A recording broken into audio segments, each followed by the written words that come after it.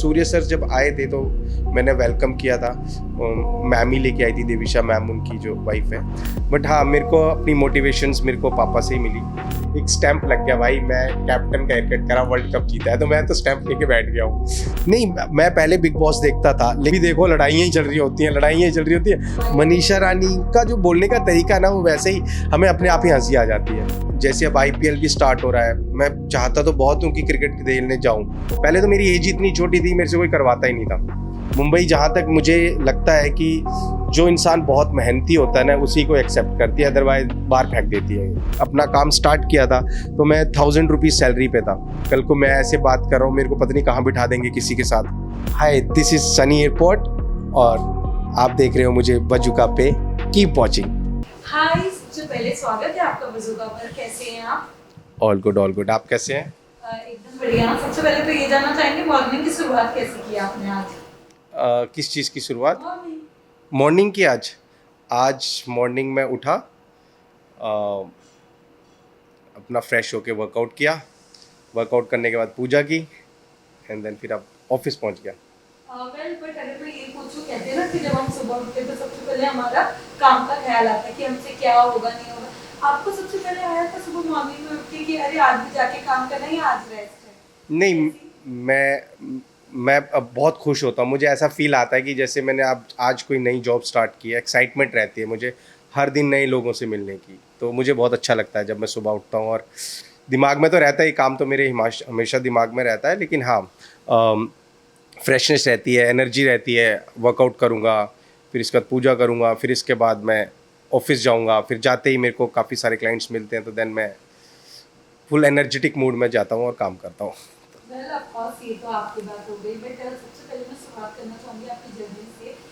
क्या कहना चाहोगे, कब सोचा था कि एक बिजनेस जो आप स्टार्ट करने वाले थे? कहीं ना कहीं हमने ये भी देखा कि आप कह रहे थे कि आपके पापा भी थे इसमें। जी जी जी। बट ये तो हम बात करेंगे, बट मैं सनी से जानना चाहूँगी, सनी की ये जर्नी कैसे स्टार्ट हुई और कब आपने सोचा कि चलो ये कुछ अलग किया जाए, समथिंग डिफरेंट। और कहीं ना कहीं जो प्यार मिल रहा है सोशल मीडिया पे, हमने देखा है टचवुड बहुत ज़्यादा अच्छा प्यार मिल रहा है, तो क्या कहना चाहोगे आप? What do you have to say, क्या कहना है? नहीं, ये जर्नी मेरी ये स्टार्ट हुई थी 2006 से। तो मतलब ये अभी मार्च मंथ में ही 13 मार्च को मेरी जर्नी स्टार्ट हुई थी 2006 में।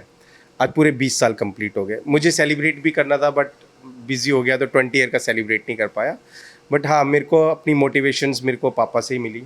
तो जितना भी मैंने आज तक जो भी नाम कमाया है, सारा डेडिकेशन उन्हीं को जाता है। उन्होंने ही मेरे को पुश किया और उन्हीं की एक एक चीज़ को देख के मैंने उनकी अच्छी चीज़ें भी ली मैंने, और उनकी नेगेटिव चीज़ें भी मैंने ली।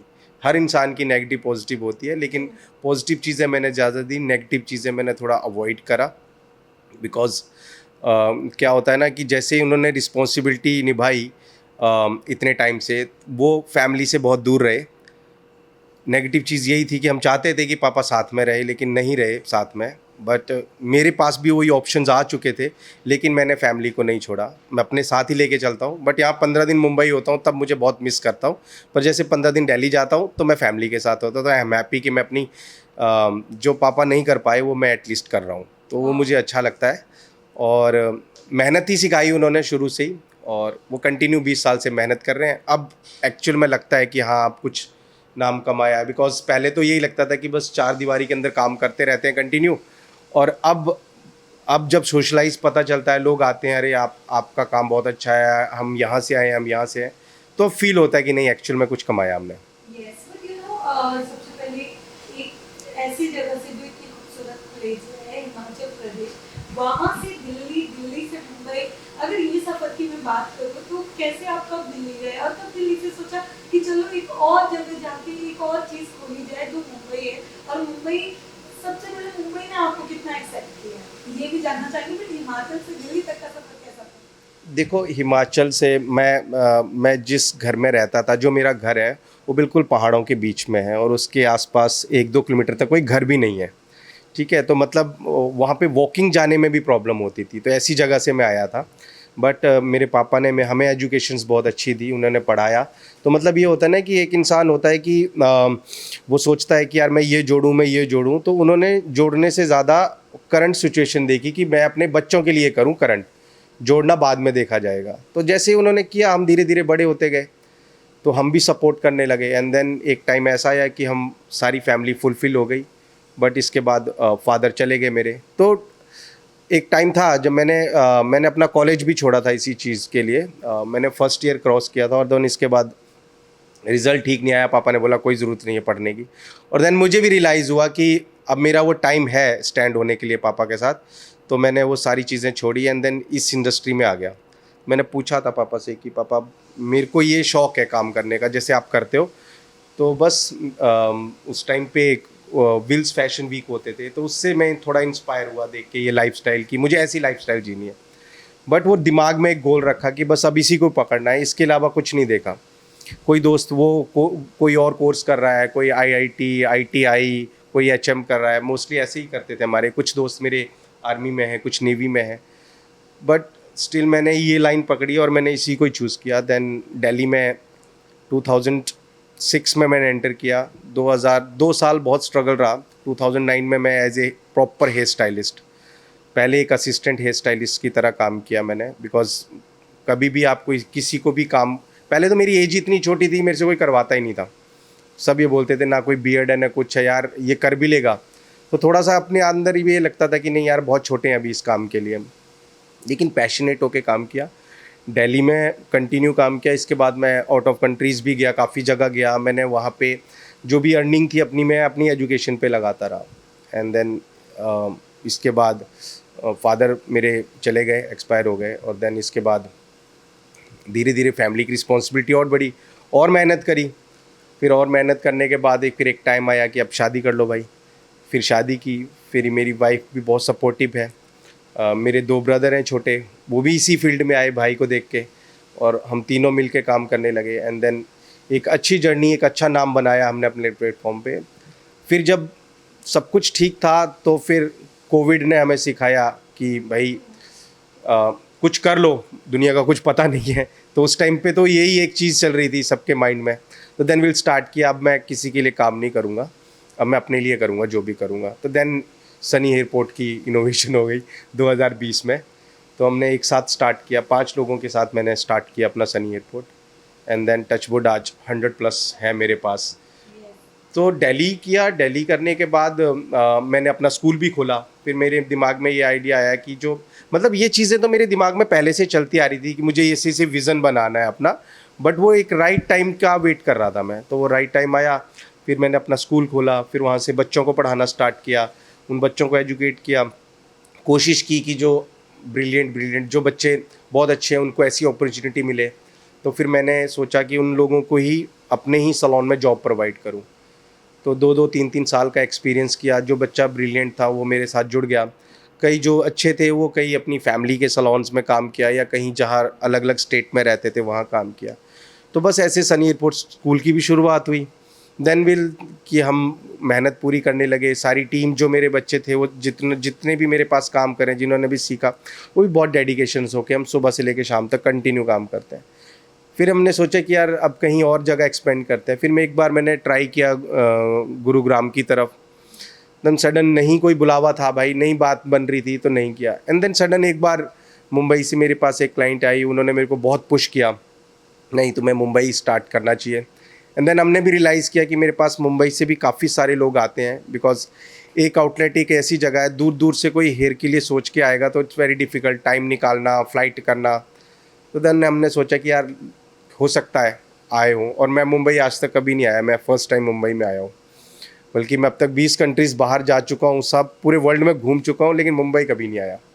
सो फिर दिल्ली से मुंबई की शुरुआत ऐसी हुई। मुंबई आया, 1-2 विज़िट किए और आते ही जगह फाइनलाइज़ की। और देन मेरे को नहीं पता था कि बांद्रा कैसी जगह है, अंधेरी कैसी जगह है, मेरे को कभी नाम नहीं सुना था मैंने। लेकिन हाँ, बहुत सारे क्लाइंट्स मुझे बोलते थे कि आपको यहीं ओपन करना चाहिए, यहीं ओपन चाहिए। तो बस ऊपर वाले का नाम लिया एंड देन बांद्रा में सैलून खोल दिया। बट एक चीज तो काफी अच्छी हुई कि जैसे मैंने पूछा था मुंबई में आपको कितना एक्सेप्ट किया, आई थिंक मुंबई ने बहुत प्यार से एक्सेप्ट। नहीं, मुंबई ने बहुत, पर देखो क्या होता है ना, मुंबई जहाँ तक मुझे लगता है कि जो इंसान बहुत मेहनती होता है ना उसी को एक्सेप्ट करती है, अदरवाइज बाहर फेंक देती है ये।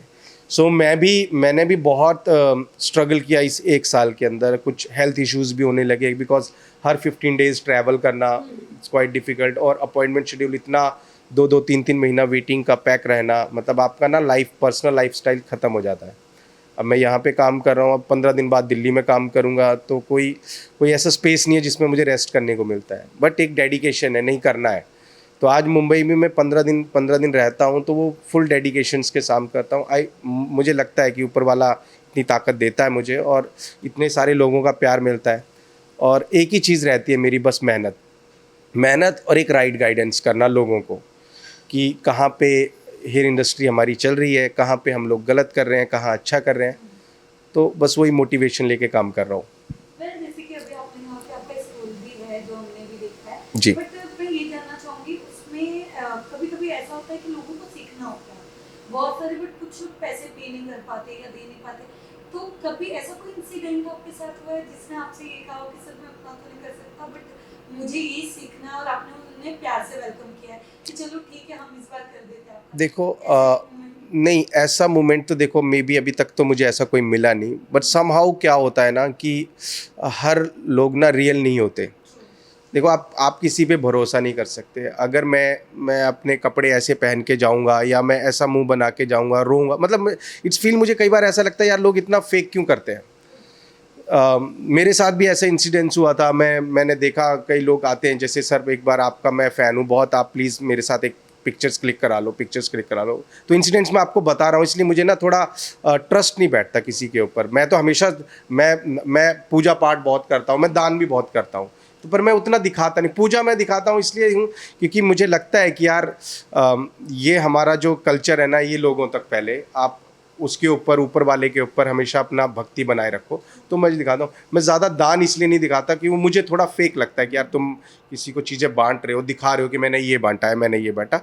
हाँ, वो अच्छी बात है कि सोशल मीडिया पे दिखाना भी ज़रूरी है, कि ये भी ज़रूरी है, बट मैंने कभी दिखाया नहीं, मैं इस चीज़ को लेके गया नहीं। हाँ, कई बार मैंने कुछ वीडियोस बनाई हैं कि मैं कुछ दे रहा हूँ किसी को हल्का फुल्का, बट मेरा कहने का मतलब ये होता है कि जो इंसिडेंट्स मैं आपको बता रहा हूँ कि मैंने वो रैंडम बंदे ने मेरे साथ फ़ोटो क्लिक कराया है, एंड देन वो जगह नहीं बताऊंगा कहाँ की थी, वो बंदा अपने वहाँ पे चला गया, and then some client pictures में कि तुम्हारे यहाँ से कोर्स करके आया है।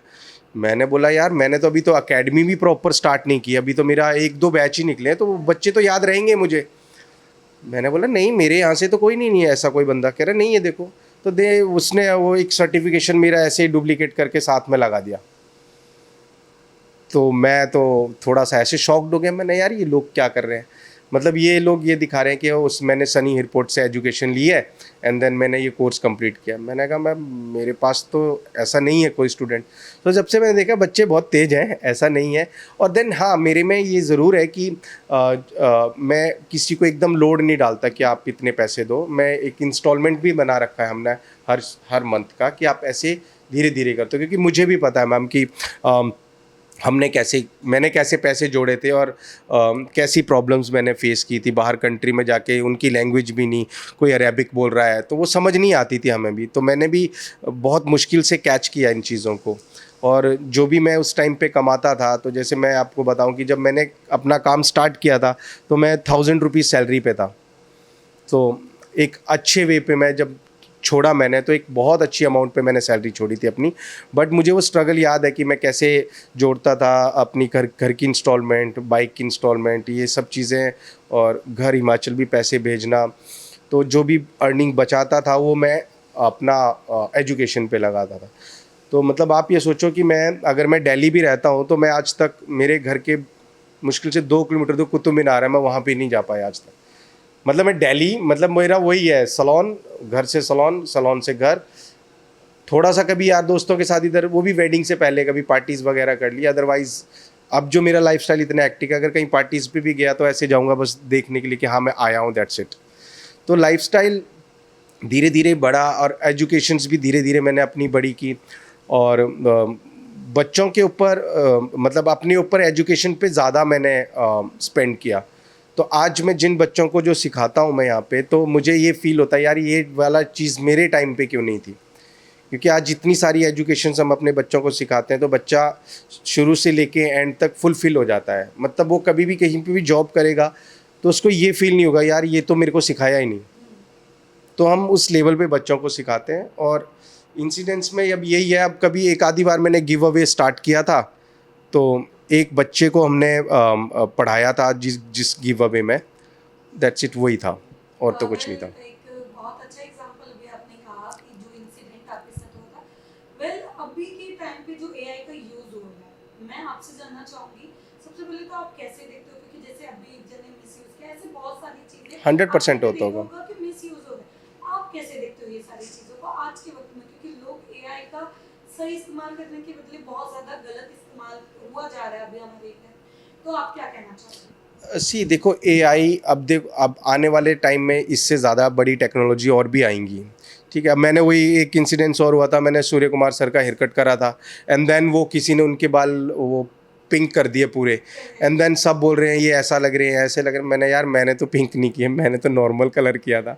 सो कई जगह पे बहुत ज़्यादा मिसयूज़ होता है, और कई जगह पे ऐसा होता है जैसे कोई बंदा अपना फेस डालता है, अच्छा मेरे पे क्या अच्छा लुक लगेगा, सो एआई के थ्रू वो जनरेट कर लेता, ओके मतलब एआई ने ऐसा क्रिएट किया उसका लुक अच्छा लग रहा है, वो डेफिनेटली बेटर है। देखो जो भी चीज़ टेक्नोलॉजी के हिसाब से आती है कई बार बहुत अच्छी होती है, लेकिन उनको ये चीज़ का नहीं पता कि जो आर्टिस्ट क्रिएट कर रहा है क्या उसका हेयर वो चीज़ लेने के लिए कैपेबल है कि नहीं है, वो ज़्यादा इम्पोर्टेंट है। तो और बहुत सारी चीज़ें अब आई डोंट नो कितनी आने वाले टाइम में ये परफेक्ट रहेगी, कितनी प्राइवेसी रहेगी, कितनी सोशल मीडिया के थ्रू ये बेकार हो जाएगी। ये तो लोगों की थिंकिंग के ऊपर है, वो क्या चाहते हैं, वो क्या बनाना चाहते हैं किसी को। कल को मैं ऐसे बात कर रहा हूँ, मेरे को पता नहीं कहाँ बिठा देंगे किसी के साथ, एआई से कुछ भी हो सकता है भाई। तो अपने आप को तो सेफ ही रखो। आई डोंट नो, जिसका दिमाग गलत होगा वो गलत ही काम करेगा। वेल वैसे भी हमने देखा कि सूर्य कुमार सर आए थे, कैसा था वो एक्सपीरियंस, और ज़्यादातर हमें लगता है कि वो 90 में ही आए थे, क्योंकि मोस्ट ऑफ द सेलिब्रिटी जी जी जी इवनिंग के टाइम पे वो नहीं ट्रैवल करते बिकॉज ऑफ जो मीडिया जी जी जी जी। मैं वो मोमेंट के बारे में जानना चाहूंगी, कैसा था, कैसा एक्सपीरियंस था, क्या बातचीत हुई, क्या एंड में उन्होंने क्या फीडबैक देखो मैं वही बोलना चाहता हूँ। देखो मैं आज मुंबई में बैठा हूँ, लोग मुझे बहुत सारे सोशल मीडिया पे जानते हैं, और वो मुझे ऐसा फील भी कराते हैं यार सनी तुम सेलिब्रिटी हो, बट भाई हम कोई सेलिब्रिटी नहीं है। मैं आज भी अपने आप को वही हिमाचल का लड़का ही समझता हूँ, छोटा सा, ऐसे ही काम करता रहा हूँ और ऐसे ही पैशनेट होकर काम करता हूँ। तो वो हमारे लिए, जैसे मैं सूर्य कुमार को सर को मैं कभी मिला नहीं हूँ पहले, तो मैं हमेशा टीवी पे ही देखा उन लोगों को, जितने भी मेरे पास यहाँ पे आते हैं सबको हम स्क्रीन पे ही देखते हैं। ठीक है, तो एक मोमेंट बहुत बड़ा होता है हमारे लिए कि यार ये इतने बड़े लोग हमारे पास आए हैं, तो एटलीस्ट कुछ तो हमारे अंदर ताकत होगी या कुछ तो हमारे अंदर एबिलिटी होगी कि ये लोग पसंद करते हैं काम क्यों नहीं। तो वो सूर्य सर जब आए थे तो मैंने वेलकम किया था। मैम ही लेके आई थी, देविशा मैम उनकी जो वाइफ है वही लेके आए थे। वो पहले वो आए थे मेरे पास, फिर सर आए थे। और मेरे लिए प्राउड मोमेंट ये था कि सर उस टाइम कैप्टन बने थे और एशिया वर्ल्ड कप के लिए जा रहे थे, और वो वर्ल्ड कप जीत भी आए। तो मेरे लिए तो एक स्टैंप लग गया भाई, मैं कैप्टन का हेयर कट करा, वर्ल्ड कप जीता है, तो मैं तो स्टैंप लेके बैठ गया हूँ। तो मेरे लिए वो मोमेंट बहुत अच्छा था। मतलब मैंने सर से बोला भी कि मेरे को ना थोड़ा अजीब सा फील हो रहा है, क्योंकि इन पर्सन मैंने आपको देखा है, और बहुत अच्छे नेचर वाइज बहुत अच्छे थे, कूल थे, चार्म थे, बहुत अच्छे तरीके से बात भी कर रहे थे, फन भी कर रहे थे। तो मुझे ऐसे ही नेचर के लोग पसंद है।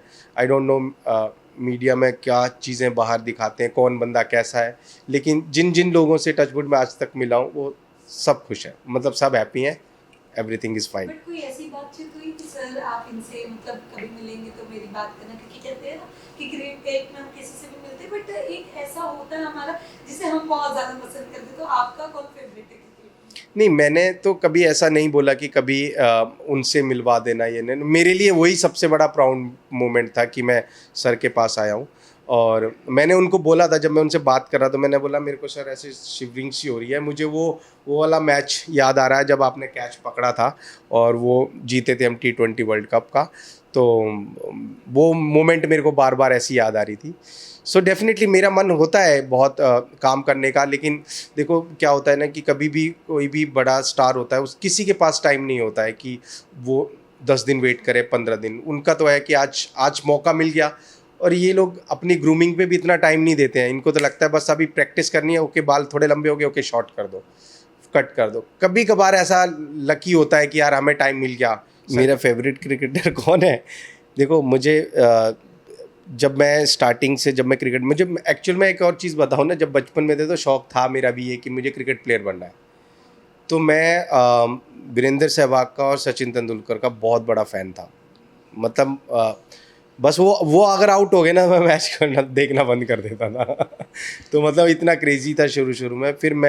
फिर इसके बाद देखो होता है ना कि जैसे-जैसे आप बड़े होते हैं तो आपके क्रिकेट प्लेयर भी चेंज हो जाते हैं, ठीक है? अब सचिन तेंदुलकर और आपका वीरेंद्र सहवाग, इसके बाद मेरे फ़ेवरेट बने महेंद्र सिंह धोनी। मैं उनको भी बहुत फ़ॉलो करने लगा, उनका भी मुझे बहुत अच्छा दिखता है। इसके बाद आए विराट कोहली, और इसके बाद आए नहीं, विराट कोहली के बाद तो अभी स्टिल मैं ऐसा सोच रहा हूँ कि कोई ऐसा हो बंदा कि जो उस लेवल पे नाम कमा सके। बिकॉज़ बहुत सब क्रिकेटर तो सारे मेहनत करते हैं, लेकिन ना नाम कहीं-कहीं एक नेक्स्ट लेवल पे बनता है जिसको पूरा वर्ल्ड जानता है ना? तो मुझे मतलब इनकी बैटिंग, युवराज सिंह की बैटिंग भी मुझे बहुत अच्छी लगती थी। बुमराह की बॉलिंग मुझे बहुत अच्छी लगती थी। तो मतलब ये कुछ ऐसे क्रिकेटर थे जो जिनको पैशनेट होके देखता था। लेकिन अब क्रिकेट को, अब जैसे अब आईपीएल भी स्टार्ट हो रहा है, मैं चाहता तो बहुत हूँ कि क्रिकेट देखने जाऊँ, पर यहीं से नहीं निकल पाता हूँ। और आईपीएल के कई बार ऐसा हुआ, 1-2 बार गया भी मैं, तो जब एक इनिंग खत्म हो जाती तब पहुँचता हूँ। बिकॉज़ 7 ओ क्लॉक स्टार्ट हो जाता है वो शाम को, और मैं 8 बजे तक फ्री हो नहीं पाता हूँ।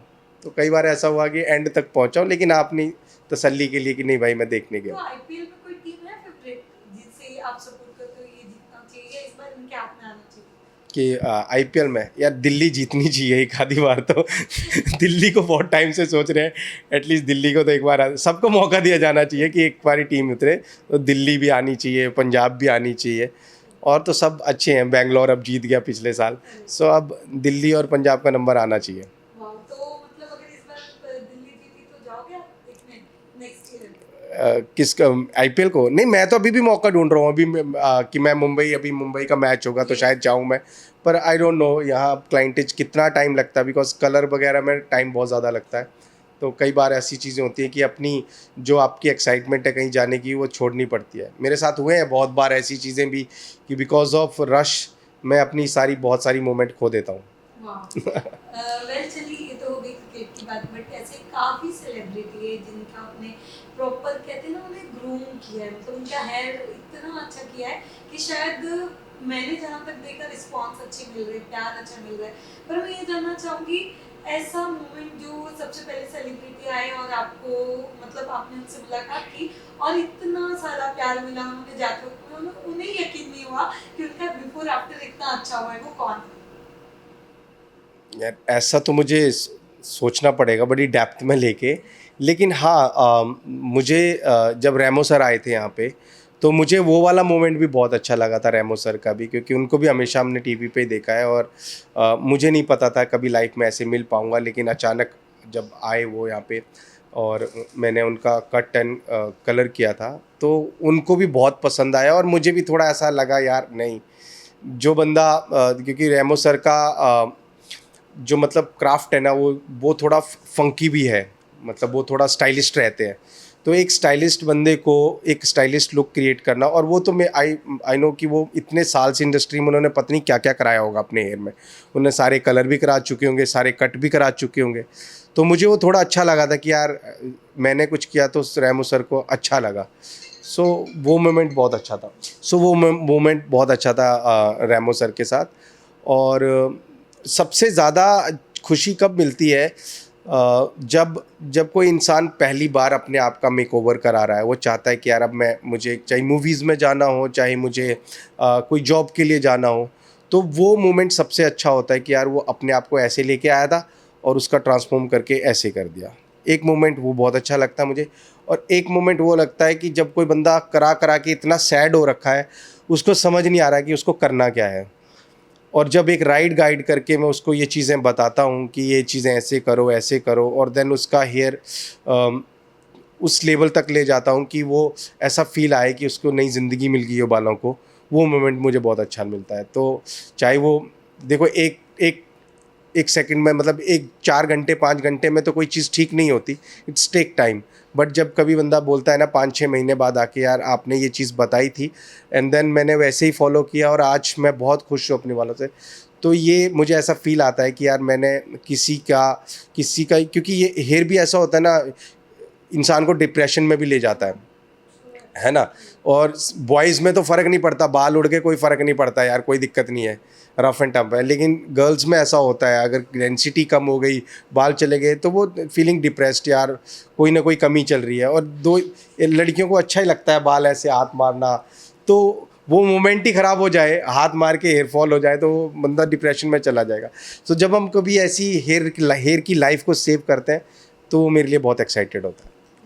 वेल इसी के साथ साथ ये भी जानना चाहेंगे ऑफ कोर्स सनी हेयरपुट की जर्नी कैसे स्टार्ट हुई, कब आपने सोचा ये अलग यूनिक नाम रखा जाए? और मैंने आपसे ये सुना, मैं देख रही थी आपका इंटरव्यू से पहले, तो आपने उसमें कहा भी कि ऐसे काफी लोगों ने उस नाम मतलब हाँ जी, हाँ जी। उनके आगे वो नाम लगाया। तो सबसे पहले तो मैं ये जानना चाहूंगी कैसे शुरुआत हुई, आप कैसे कहना चाहोगे, और ये जो आजकल लोग लगा रहे उनके लिए आप क्या कहना चाहोगे? देखो, शुरुआत तो कभी नाम नहीं था मेरे दिमाग में, पर जैसे जैसे बोलते हैं ना, टाइम बढ़ता जाता है तो नाम आ जाता है माइंड में। पर हाँ, ये ज़रूर था कि मैं 2008 से वीडियोस बना रहा हूँ। मुझे अपना काम दिखाना बहुत पसंद था। उस टाइम पे कोई भी लोग सोशल मीडिया इतना नहीं यूज़ करते, जस्ट फेसबुक होता था हमारे पास। तो मेरे को अच्छा लगता था कि मैं किसी का एक बिफ़ोर पिक्चर ले रहा हूँ एंड देन आफ्टर ले रहा हूँ, तो उसका कोलाज बना के मैं डाल देता था। तो वो मुझे शुरू से ही ये था। और देन मैं कई बार ऐसा होता है ना कि आप पापा भी मेरे को बोलते थे कि बेटा, जो तुम सोचते हो ना, जो सोचते रहते हो ना, वो ज़रूर पूरा होता है कभी ना कभी।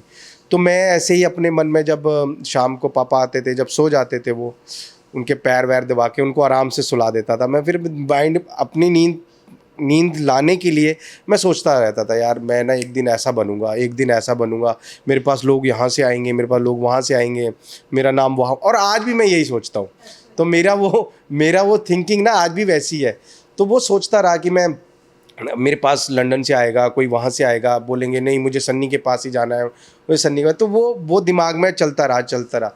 और देन जब अपना सैलून खोलने का नाम आया दिमाग में कि अब मुझे अपना सैलून खोलना है, तो उसका नाम वो मुझे उसी चीज़ से मिला कि यार कोई भी इंसान कहीं पे भी कोई अपनी डेस्टिनेशन ढूंढता है कि मुझे, मान लो किसी को लंदन से मुंबई आना है, तो वो डायरेक्ट किसी के घर पे नहीं उतरेगा, वो एयरपोर्ट पे उतरेगा, है ना। कोई पेरिस से आ रहा है तो वो भी उसी एयरपोर्ट पे उतरेगा। तो उसका डेस्टिनेशन सबसे पहला उसका एयरपोर्ट है। तो मेरा ये था कि मेरे लोग जितने भी वीडियोस देखेंगे या मेरी वीडियोस जहाँ पे भी वायरल होगी, वो लोग अगर फ़ोन पे देख रहे हैं, अच्छा मुझे इस बंदे के पास हेयर कट कराने जाना है, तो डायरेक्ट मेरे सैलून में तो नहीं उतर सकता, वो एयरपोर्ट पे उतरेगा। तो मैंने उसको इमेजिनेशन करके सोचा कि यार मैं ना अपना इसका नाम ना एयरपोर्ट की जगह एयरपोर्ट रखता हूँ, मतलब सनी एयरपोर्ट अपना नाम डाल के, कि अलग अलग लोग अलग अलग कंट्री से एक डेस्टिनेशन पे आ रहे हैं अपना मेकओवर कराने के लिए। और क्लाइंट्स को मैं हमेशा सोचता हूँ ये वहाँ की फ़्लाइट से है, ये वहाँ की फ़्लाइट से है। तो बस वो एयरपोर्ट का कॉन्सेप्ट ऐसे बना। एंड देन ये कैप का कॉन्सेप्ट, मेरे पास ऐसा कैप इंडिया में मैंने बहुत जगह सोचा था कैप्टन कैप लेने का, लेकिन मुझे कहीं मिला नहीं। तो ये कैप बेसिकली मुनीर सर का था, जिनसे मैंने ट्रेनिंग ली थी इधर आपके टर्की में। तो ये कैप का कॉन्सेप्ट उनका था, बट ये कैप का कॉन्सेप्ट मुझे पायलट वाला थीम रखना था, क्योंकि मैं अगर एयरपोर्ट का हूँ तो मैं इसका पायलट हूँ। तो पायलट कैप को मैंने इस तरीके से क्रिएट कराया वो। तो बस ये एयरपोर्ट का कैप्टन मैं हूँ, और मेरा ये एयरपोर्ट है, इसमें दुनिया भर से लोग आते हैं कराने के लिए, ये मेरा डेस्टिनेशन बन जाता है। जैसे कि अभी आपने कहा कि कुछ लोग कहते हैं कि हमें सनी सर से ही करवाना है, तो मैंने वो एक मोमेंट आप बताइए कि जब किसी ने आके ये कहा कि नहीं अगर सर आएंगे तो ये करना है वरना मैं नहीं करूँगा, ऐसा भी कोई मोमेंट हुआ? हाँ, ऐसा बहुत होता है बिकॉज सी अगर मान लो मैं किसी से मिलने जा रहा हूँ, मैंने किसी स्पेसिफिक, या मान लो किसी भी सेलिब्रिटी के पास गया हूँ मैं, तो मैं बोलूँगा मुझे उनसे मिलना है, मैं बहुत होप लेके आया हूँ, एंड देन वो सेलिब्रिटी इग्नोर कर दे किसी चीज़ को लेकर, तो मुझे तो हर्ट हो गई, है ना।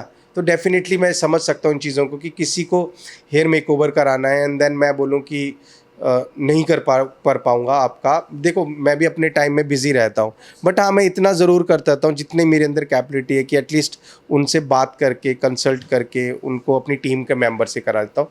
तो मैं कोशिश करता हूँ, कई बार ऐसी चीज़ें होती हैं कि क्लाइंट बोलते नहीं उनसे बात करा दो, नहीं कर सकता क्योंकि बैक टू बैक लोग बैठे होते हैं। एंड देन उससे ना आपके ऊपर वो बहुत सारी चीज़ें भी, एलिगेशंस भी हो जाते हैं कि अपने आप को नहीं, इधर उससे बातें कर रहा है, उससे बातें करता है। तो लाइफ ऐसी है ना मैम कि कुछ भी, किसी को कुछ नहीं बोल सकते। लेकिन हाँ लोग मोस्टली कराना चाहते हैं, लेकिन इसीलिए मैंने अपना स्कूल खोला था, इसीलिए मैंने अपने लोगों को ट्रेन करा था। और आज भी मैं मुंबई में भी अगर बैठा हूँ तो यहाँ पे मेरे जितने भी स्टाइलिस्ट हैं ये सब मेरे स्टूडेंट्स हैं, ये सब मैं दिल्ली से लेके आया हूँ। तो इनको पता है कि सनी सर ने क्या सिखाया है, कैसे काम किया है, तो ये उसी चीज़ को फॉलो करते हैं। तो मेरे को टेंशन नहीं रहती, क्योंकि कोई भी दूसरा स्टाइलिस्ट आता है उसको टीम में एडजस्ट होने में टाइम लगता है। कोई एक ऐसा बकेट लिस्ट जो आप शेयर करना चाहते हो कि अब ये बकेट लिस्ट कहीं और जाके खुलेगा तो वो कौन सा प्लेस होगा? अभी मैंने रिसेंटली मेरा प्लान अभी दुबई का था पहले, बट बिकॉज ऑफ थोड़ा वॉर का ये स्टार्ट हुआ। मतलब मेरा स्टार्टिंग से प्लान था 2026 में मुझे दुबई खोलना है, बट वॉर के चक्कर में मैं थोड़ा रुक गया उसके लिए। बट नेक्स्ट प्लान मेरा गुड़गांव का था, गुरुग्राम का। फिर वो बंद होके मैंने ये ऑप्शन रखा, तो गुरुग्राम मैंने ओपन कर दिया, काम स्टार्ट हो गया। तो मेरी नेक्स्ट एयरपोर्ट गुरुग्राम में है, सो वहाँ खुलेगा। पर हाँ, जो आप मेरे से इससे पहले भी बात बोल रहे थे कि लोग अपने पीछे एयरपोर्ट लगाते हैं, देखो अगर कोई बंदा किसी चीज़ का नाम रखता है तो वो किसी थीम के हिसाब से रखा है। मेरा थीम ये था। अब मैं किसी को रोक नहीं सकता कि आप अपने पीछे एयरपोर्ट मत लगाओ, लेकिन एटलीस्ट किसी भी चीज़ को रखने का एक मीनिंग होता है। आप आज एयरपोर्ट रखा है, कल को हट के कुछ और नाम रख देगा तो उसका कोई मीन नहीं है। अगर आज सनी एयरपोर्ट रखा गया है तो ये मेरी लाइफ टाइम तक रहेगा कि मेरा नाम है, मेरा नाम सनी है, ये मेरा डेस्टिनेशन एयरपोर्ट है, तो मैंने सनी एयरपोर्ट रखा। इसके बाद तो पता नहीं कितने हज़ारों लोग हैं, तो उसके लिए तो मैं कुछ भी नहीं बोल सकता। लेकिन हाँ, मैं ये ज़रूर बोलूँगा कि कोई भी नाम रखो उसके पीछे आपका एक थीम ज़रूर होना चाहिए, तभी वो कॉन्सेप्ट के हिसाब से बैठता है। हमने ये भी सुना कि जैसे कि आपके इसमें अगर अपॉइंटमेंट लेनी होती तो 3 महीने पहले से लोग अपॉइंटमेंट लेते हैं। जी। उसके बारे में क्या कहना चाहोगे आप? मैम देखो, अपॉइंटमेंट शेड्यूल जो ये वेटिंग का पर्पस है, इससे ऑलमोस्ट 10 साल तो हो गए आसपास, ये 2-3 महीना वेटिंग का मेंटेन करते हुए। बट क्या होता है कि मैं उतना ही एक दिन में उतना ही काम कर सकता हूँ जितने मेरे अंदर ताकत है। कई बार मैं ऐसा भी बोलता हूँ यार, ये लोग इतना अपॉइंटमेंट कई बार इतना ज़्यादा एक्सेस होता है, बिकॉज प्रेशर ज़्यादा होता है। तो मैं बोलता हूँ यार, मैं कोई माता थोड़े ना हूँ, मेरे इतने सारे हाथ थोड़े ना, मैं उतना ही काम करूँगा। एंड देन अगर क्लाइंट को मैं टाइम ना दे पाऊँ तो फिर वो भी सोचता है यार, मैं इतने दूर से 2 महीना वेटिंग करके आया और अब इस बंदे ने मेरे को टाइम भी नहीं दिया। तो मेरे लिए भी बहुत एम्बैरेसिंग फील हो जाता है कई बार। तो ये वेटिंग का ये होता है कि लोग इतना प्यार करते हैं, काम को अप्रिशिएट करते हैं। तो वो सिस्टम हमने शुरू से ही ऐसा ऑनलाइन रखा था कि एक दिन में मुझे अगर इतने कलर करने हैं, उससे ज़्यादा नहीं करता। और देखो जितने कलर हमारे सैलून में होते हैं, मुझे आई डोंट थिंक सो पूरे हिंदुस्तान में इतने कलर होते होंगे। हम पहले बहुत कलर करते थे, लेकिन अब हमने थोड़ा ट्रैक अपना दबाया कि नहीं, क्वालिटी को मेंटेन करो, ना कि ज़्यादा रश क्रिएट करो। पर समहाउ अगर कोई नॉर्मल टचअप जो रेगुलर बेस पे टचअप कराने आते हैं, जो रेगुलर बेस पे ब्लो ड्राई कराने आते हैं, वो भी एंटर होते हैं, ऑनलाइन वाले भी एंटर होते हैं, तो क्राउड थोड़ा ज़्यादा हो जाता है। लेकिन अपने आप को अच्छा लगता है कि यार, कभी मैं भी सोचता हूँ यार 3 महीने की वेटिंग है, मतलब मैं एक ऐसा बंदा हूँ जो 3 महीने में कुछ नहीं कर सकता, बस सैलून जाएगा। और मुझे कहीं बाहर भी जाना हो, इस चक्कर में मेरे कई सारे इंटरनेशनल ट्रिप भी ख़राब हो गए बिकॉज ऑफ इतना वेटिंग होने की वजह से। लेकिन जो भी करता है ऊपर वाला अच्छे के लिए करता है। अगर हम देखा जाए तो एक इन्फ्लुएंसर आप भी कहलाते हो, इतने लोगों को आप इन्फ्लुएंस कर रहे हो और लोग आपके पास आ रहे हैं। बट मैं आपसे जानना चाहूँगी, इनकेस अगर आपको मौका मिलता है कोई भी रियलिटी शो में आपको वेलकम होने का, मैं ये जानना चाहूँगी क्या आप रेडी होंगे, या आपका कोई फेवरेट रियलिटी शो है जिसमें आप जाना पसंद करेंगे? मैम देखो, आज तक तो कभी मैं ऐसी मीडिया से नहीं जुड़ा। मैं एक्चुअल में मुझे क्या बोलते हैं लोग कि जो मैं वीडियोस में दिखता हूँ, मेरी जो रील 1 मिनट 2 मिनट 3 मिनट, ये एक्चुअल में रियल सनी है ना। इसके अलावा मैं आपसे भी बात कर रहा हूँ, मैं रियल हूँ, है ना, मैं ऐसे ही आपसे बात करूँगा, ऐसे ही क्लाइंट से बात करूँगा, सबसे मैं ऐसे ही बात करता हूँ, गुस्सा भी करता हूँ कई बार, प्यार से भी बात करता हूँ, लेकिन रियलिटी शो में मुझे एक्चुअल में नहीं पता कि किस तरीके का काम होता है। और मेरे को अपनी लाइफ में मुझे दो तीन चीज़ें हैं, एक हेयर का मुझे नॉलेज है, अगर हेयर का कोई रियलिटी शो होगा आई विल डेफिनेटली वेलकम।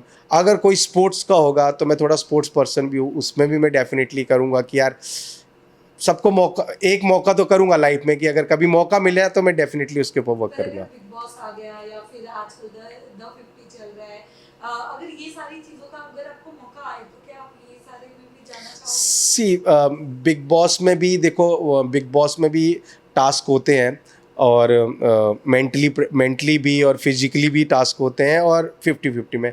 तो मेंटली भी मैं अपने तरीके से स्ट्रांग हूँ और फिजिकली भी मैं थोड़ा स्ट्रांग हूँ, तो मैं ये कर सकता हूँ, ऐसा नहीं। अभी हेयर की दुनिया से मैं बाहर भी कर सकता हूँ, मुझे सारी चीज़ें आती हैं। मैं जैसे बोलते हैं ना कि यार एक इस बंदे के अंदर क्या स्पेशली, तो मैं सब खेलता हूँ, मैं बास्केटबॉल भी खेलता हूँ, फुटबॉल भी खेलता हूँ, क्रिकेट भी खेलता हूँ।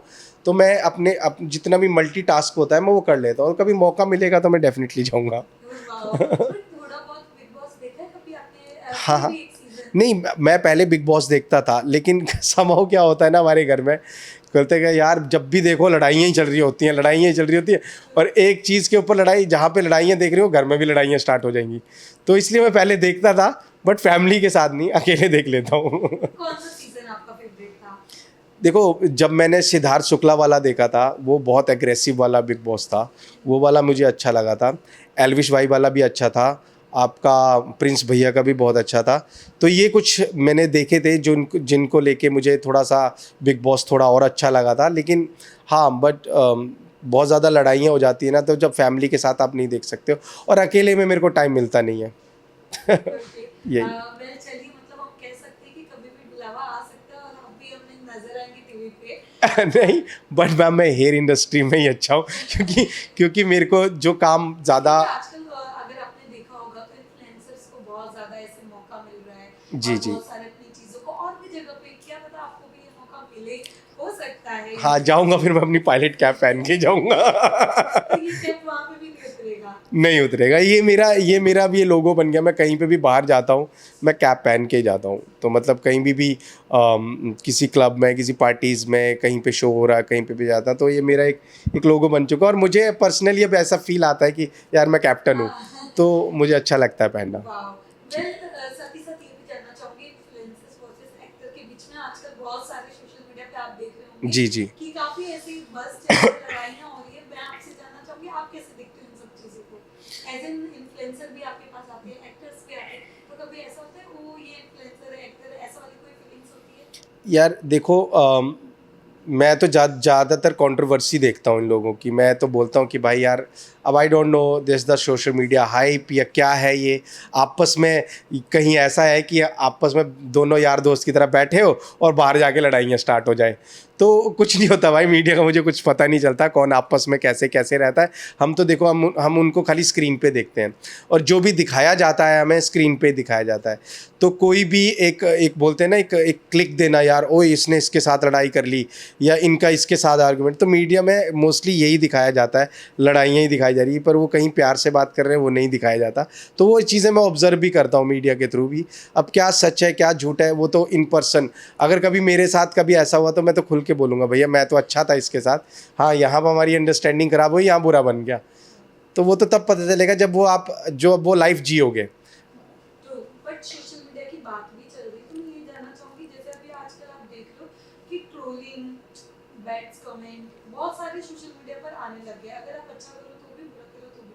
अगर आज भी आप किसी एक जो फेवरेट है किसी के, अगर उनके बारे में भी अगर आप कुछ गलत बोल रहे हो तो उसके लिए भी आपको बैड कमेंट्स मिलते हैं।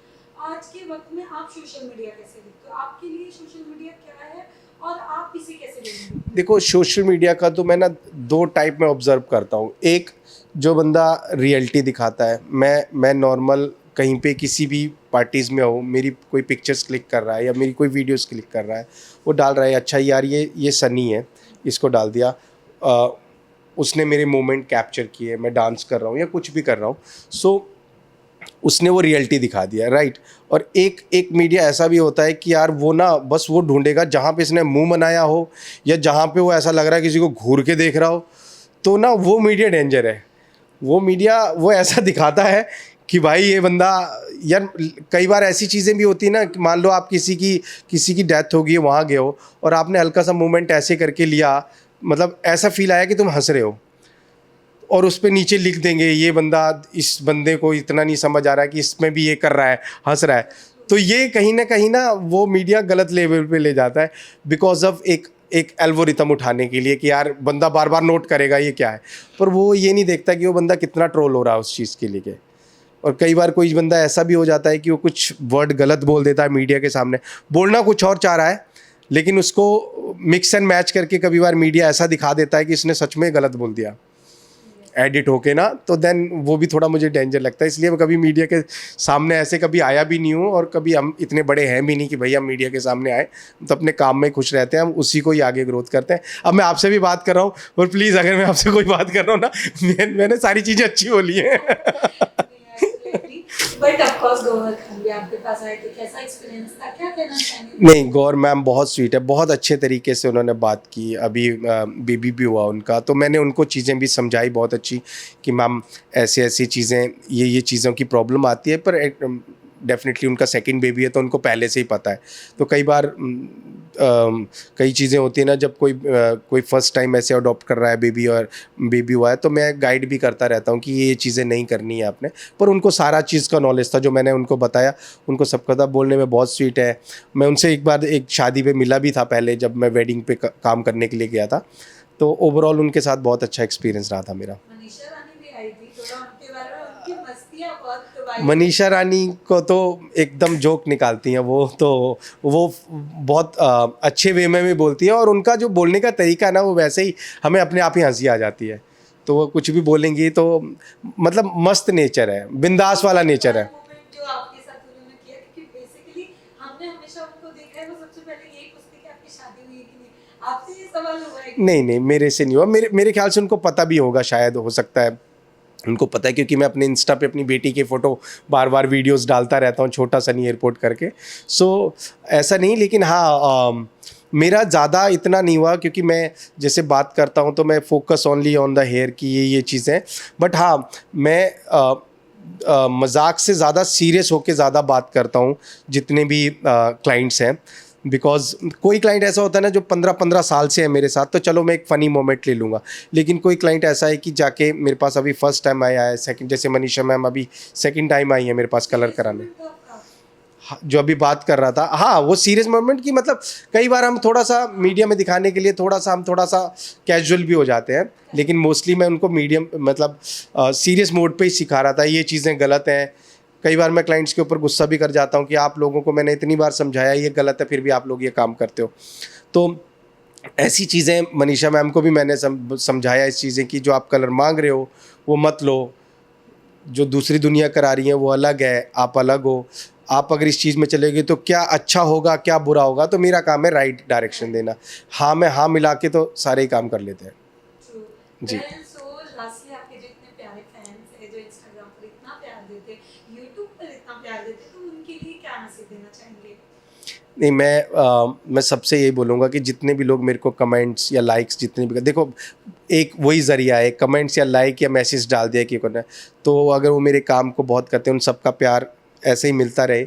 और मैं भी कोशिश करता रहूँ कि मोस्ट ज़्यादा से ज़्यादा एजुकेशंस वाली चीज़ें, ट्रांसफॉर्मेशन से ज़्यादा मैं अब बिलीव करता हूँ एजुकेशंस के ऊपर। बिकॉज ट्रांसफॉर्मेशंस तो हमने स्टार्ट किया था, आज मैं कहीं पे भी इंस्टाग्राम निकालता हूँ, सब जगह वही just before and then after, before and then after. And then पहले मैं अपनी सीरीज़ में चलाता था ऐसे, बिफोर म्यूज़िक होता था एंड देन मैं अपना प्रोसेस डालता था एंड देन आफ्टर होता था। लेकिन मेरा पर्पस ये है कि लोगों को ज़्यादा से ज़्यादा लोगों को एजुकेट करना कि आप लोग कहाँ पे ठीक कर रहे हो, कहाँ पे गलत कर रहे हो, कहाँ स्टाइलिस्ट गलत है, कहाँ पे क्लाइंट गलत है, वो उसकी हेयर की पोजीशंस क्या थी, वो क्या कराने आई थी और मैंने उसको क्या करके दिया। मैं इस चीज़ पे ज़्यादा बिलीव कर रहा हूँ अभी, क्या चीज़ आपके हेयर के लिए अच्छी है, क्या चीज़ अच्छी नहीं है। आई नो कई सारे ब्रांड्स मेरे लिए खफा भी होंगे इस चीज़ को लेके, वो सोच रहेंगे सन्नी तो ये सब चीज़ें बता रहा है, बंद करा देगा या गलत गाइडेंस कर रहा है। पर जो रियलिटी है वो रियलिटी है, जो इंसान की बालों के लिए ठीक नहीं है वो मैं इसके लिए बोलूँगा। वाओ। सो लास्टली, बजूका के साथ ये इंटरव्यू करके आपको कैसा लगा? नहीं, बहुत अच्छा लगा।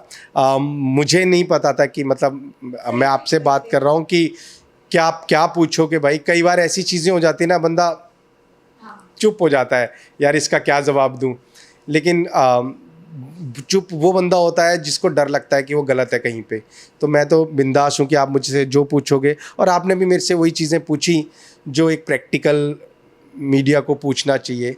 चाहे वो पर्सनल हो चाहे वो प्रोफेशनल हो, आपने दोनों चीज़ें पूछी, मैंने दोनों चीज़ों के बाद, तो आप लोगों के साथ बहुत अच्छा लगा।